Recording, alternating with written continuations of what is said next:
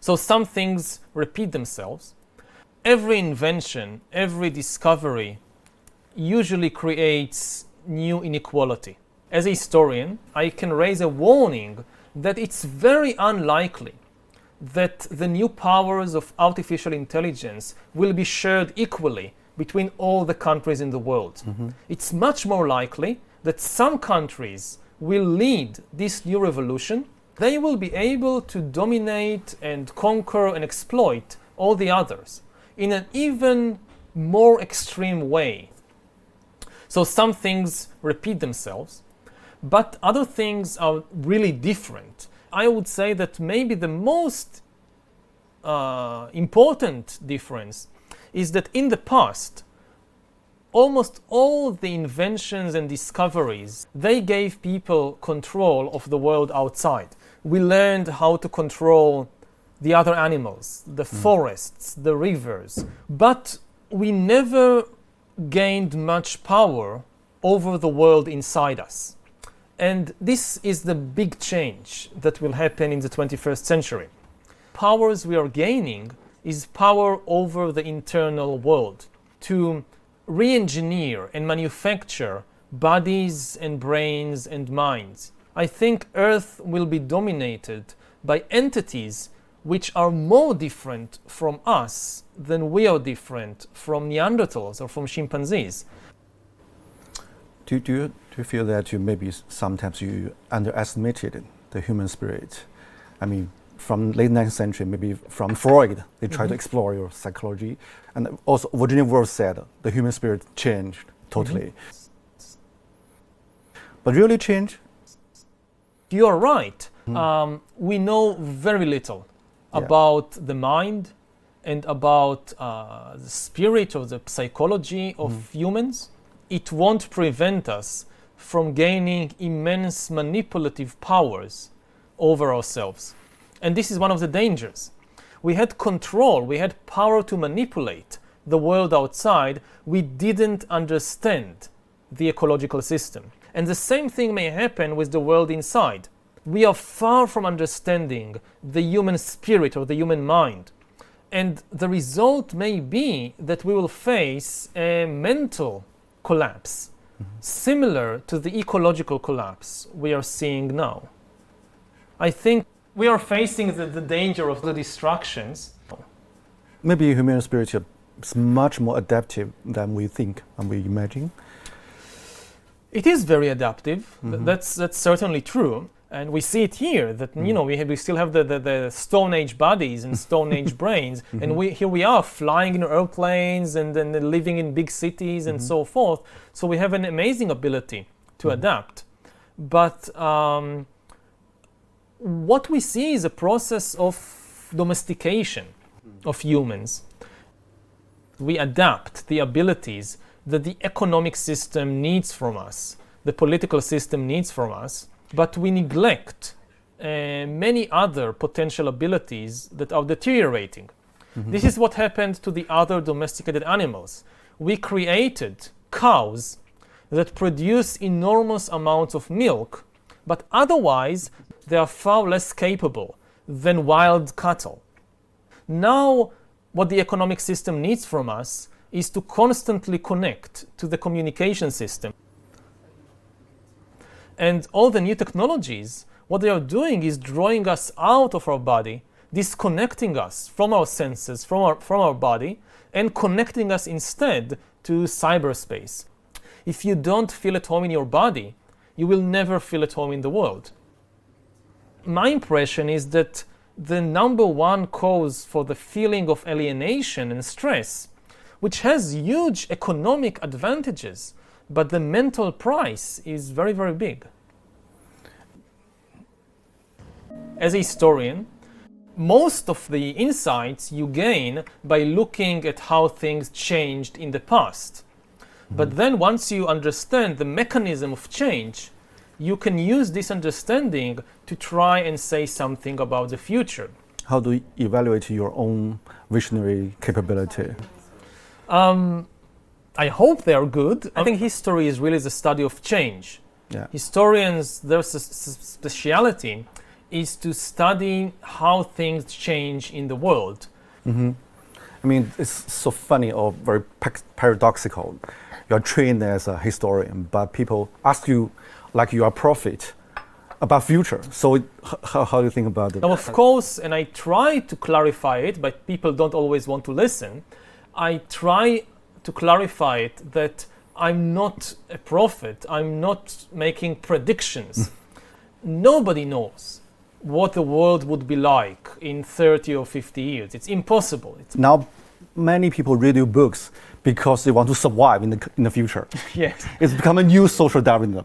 So how do you react to I mean, they are reading this is one of the problems of writing books and being an author, that you have no control of the way in which people read your books. Yeah. And I see it in many cases, like I write a passage in an ironic tone. For me, it's obvious that this is irony. And I think everybody who reads it will understand. I don't mean it seriously. It's just an irony. They didn't get it. And they don't get it. I mean, they read it in a completely flat and serious way. And they understand exactly the opposite of what I intended. So when you were on the stage, you talk about this. So you feel strong alienated from the reality? So it sometimes happens with some people, and you just have to accept that. I mean, there is no way to write something that people will always understand. You think about, I don't know, say the Bible. So you have Jesus coming and telling his disciples, if somebody slaps you on the cheek, turn the other cheek.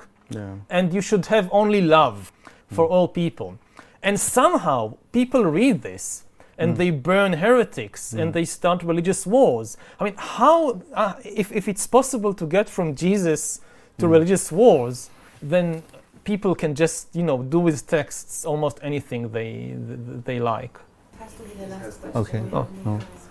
I mean, again, I don't try to predict the future. I try to point out different possibilities, and I hope that, like Huxley, I'm offering an interesting visions. Yeah. Okay. Do you mind people call you guru? I don't like it, but I have no control over them. Okay. Hope see you in Israel. Maybe we are maybe plan to go there to see you there, Israel. Yeah. Thank you. It was a very interesting. It's not the usual questions. Yeah, we should talk more maybe next time. Okay. Take care. You too.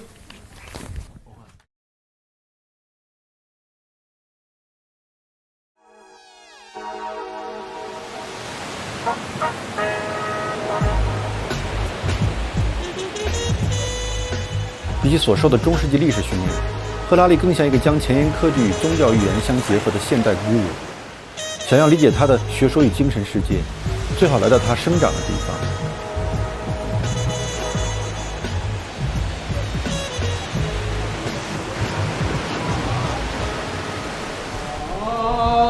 爱你中国，我爱你中国。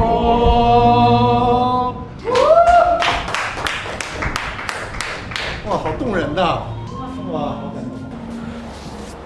来这里吃饭的以色列人多吗？犹太人？阿拉伯人根本上就没有，但是犹太人很多。我有几十年的客人，几代人都在我这里吃饭。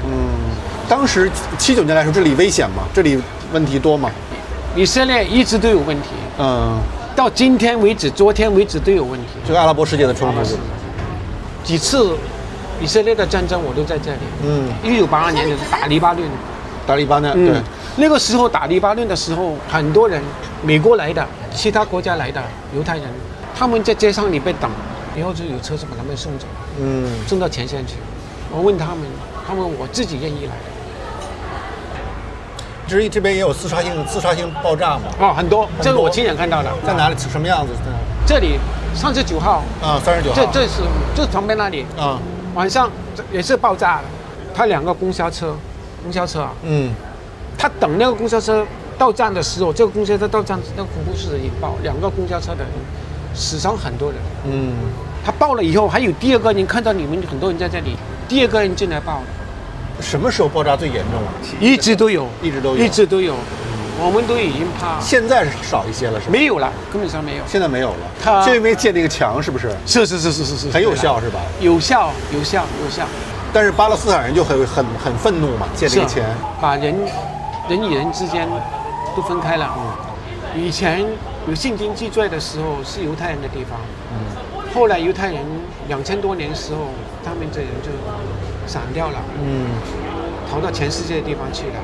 以后阿拉伯人进来这里，生活了1000多年，他们也是当这里是他们的一辈子，他们的家。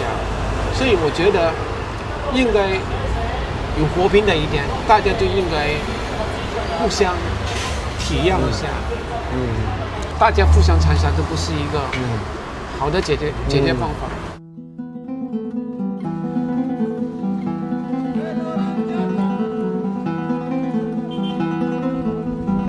哇，这么高这墙，比那个柏林墙高多了。对啊，高太多了，这得有什么8米、10米高。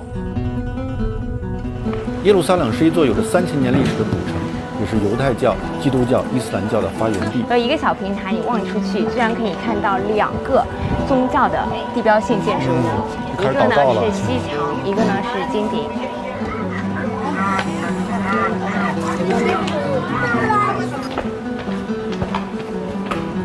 与耶路撒冷相距1小时车程的特拉维夫，却是一座引领世界科技的现代都市。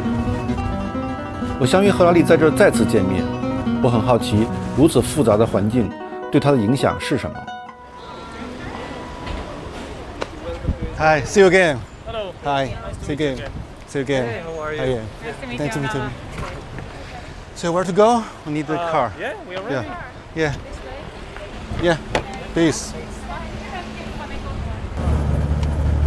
You know, I just traveled from Jerusalem, the old city. You see the different culture, different religion, and I mean, very mixed culture, and lots of burden from history. Is there a kind of Israeli mentality? Could you describe it? As a tourist, maybe you go there. Oh, it's very interesting. Or you see all the old places. All this is where Jesus was, and so forth. But you live there. The amount of hatred in that place. It's like a nuclear reactor of hatred.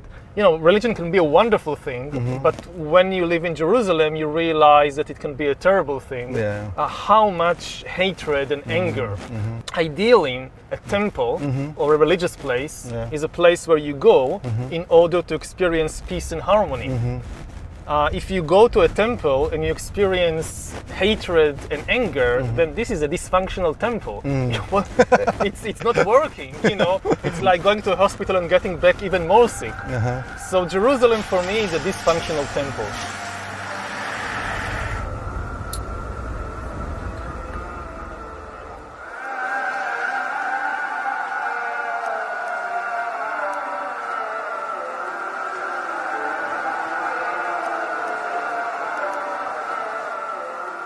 How this kind of things shape your mind, shape your... The influence on me, if this is what you ask, it obviously has an impact. I mean, if you live in a place like Silicon Valley, maybe you can have this kind of utopian vision of a world governed by science and by rationality and things like that. But if you live in the Middle East, it's obvious to you that you cannot escape this tension, because all around you people are killing each other because of their belief in fictional stories. So it's very clear to you that fiction is an extremely powerful thing. My house, the village where I live, is exactly middle of the way between Tel Aviv and Jerusalem. On the one hand, I'm very connected to this world of Tel Aviv. Yeah, modern technology, modern technology, world, high tech, all that. And on the other hand, very connected to Jerusalem with all the religion and mythology and especially this is why I think much of my writing and scholarship is about this tension between the modern world of the 21st century and artificial intelligence and all that, and on the other hand, the still great impact of all these mythologies and fictional stories and religions. When did you notice the tension? When did you notice the hatred of religions and I think only when I left Israel and I went to do my PhD in Oxford, then I realized how much tension there is in the place. Or when you're born into it, you think, well, this is how the world is. And only when you go out, you realize, no, this is not how the world is. 为了更充分理解这个国家与赫拉利，我约了几位当地人闲聊。我的朋友王石正在以色列游学，他与我一同前往。007那个谍战片的这个对。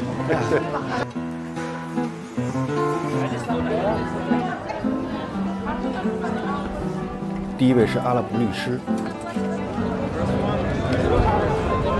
Nice to meet you. How do you think about the Jewish people? I mean, the Jewish come back, take the city, they become the new authority.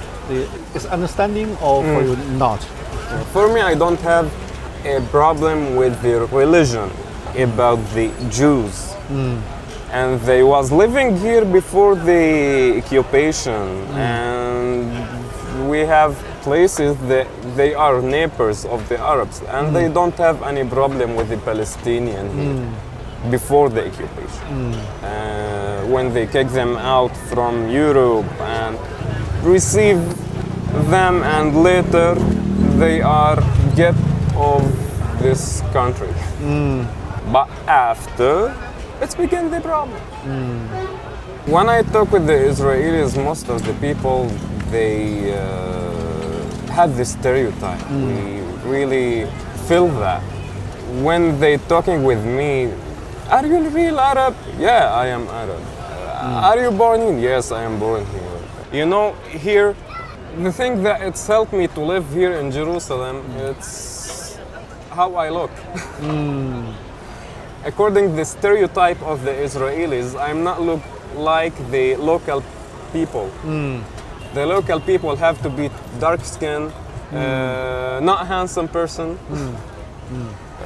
and also my accent is good in Hebrew. You speak Hebrew?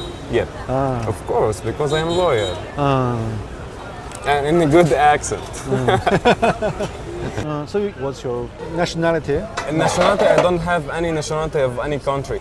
It's just residency. If I pass something, if I travel more than 3 or 7 years out of Israel, so they can get the ID, my ID.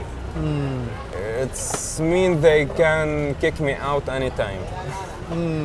Like that we live. Do you have any solution? I mean, actually, I don't see any solution. I am born here and I love this country. I will not pass to anywhere. Tell me more about, your self-searching in Oxford, your life, your thinking, your mentality, how the change happened. Yeah. How the change happened? Yeah. Well, I went to Oxford to do my PhD on military history. I was always very interested in the big questions of life. Yeah. What are we doing here, and what is the meaning of life, and what is the source of suffering in the world, and things like that. But I got the impression that you couldn't really engage with these questions in the academic world. The academic world is kind of pushing you to focus on more and more narrow and specialized questions. On a parallel track, I'm personally very engaged and interested in these big philosophical questions. Big tension for you. Yeah. When I got my tenure at the university, I felt that, okay, now I'm kind of secure. Now they can't do anything to me. Some terrible crime, like you murder the dean or something, they can't touch you. Yeah. So I try and reconnect the two tracks with these big questions about humanity and about life. I guess it was luck had something to do with it, but it was very successful. In the 20th century, there are some historians also ask big questions like Arnold Toynbee, H.G. Wells. How this kind of tradition shaped you? Influenced me. Yeah. Well, the biggest influence on me, I think, was from Jared Diamond. Jared Diamond. He was a specialist in birds. Yeah. He was the one who came and kind of showed the historians, look, you can do these things to, like, looking at humans from a bird's eye view. From bird to bird view. Yeah. So you're comparing Jerry Diamond. What's your advantage and disadvantage of your books? Their strength compared with me is that I don't really have any background in biology. But if you just know biology, if you just understand evolution and you know everything there is to know about humans, you can now explain human history. I don't think that this can work because human history also has a very important ingredient of culture, of ideas, of stories, of fictions, and this is kind of my specialty, the exploration and understanding of fictions and mythologies and stories and their immense impact on human history. And if you don't give enough importance to the stories, to the fictions, you will never understand something like the Second World War, or like the French Revolution, or like the rise of Christianity. There was no biological or geographical explanation. So what do you think the major flaw of your theory? Have you ever think about it? Of my theory? Yeah, your perspective. You try to explain the whole world, the history, but what's the major flaw in the process? Well, if I knew the major flaw, I would have corrected it. But there are definitely flaws. I mean, do you have any kind of worry?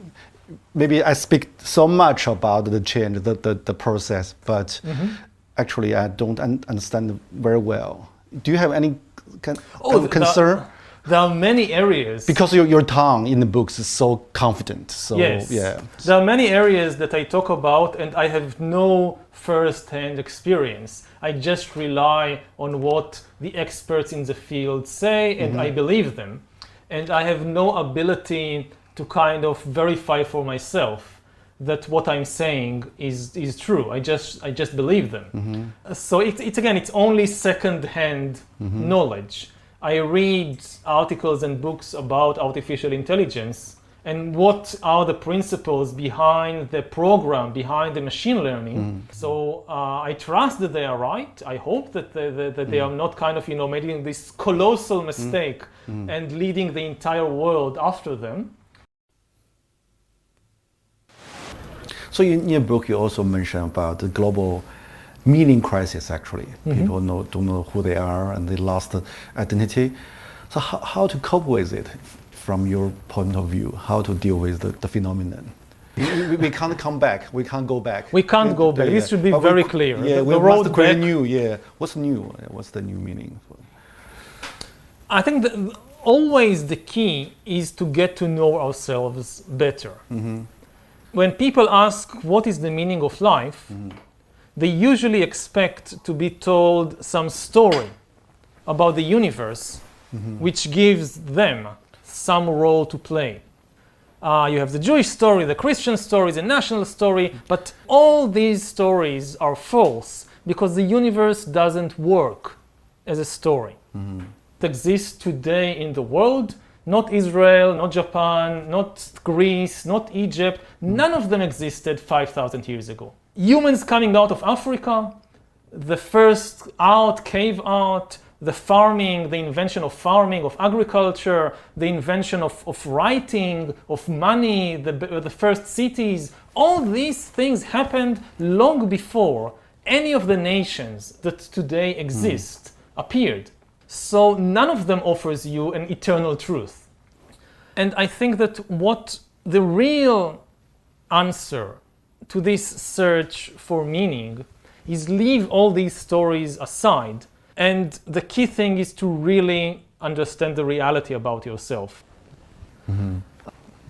So there are many tools to do it, from meditation to the tools of science. That to really explore what is the body, what is the brain, what is happening within me. If you really know the truth about yourself, I don't think that you need any of these stories anymore.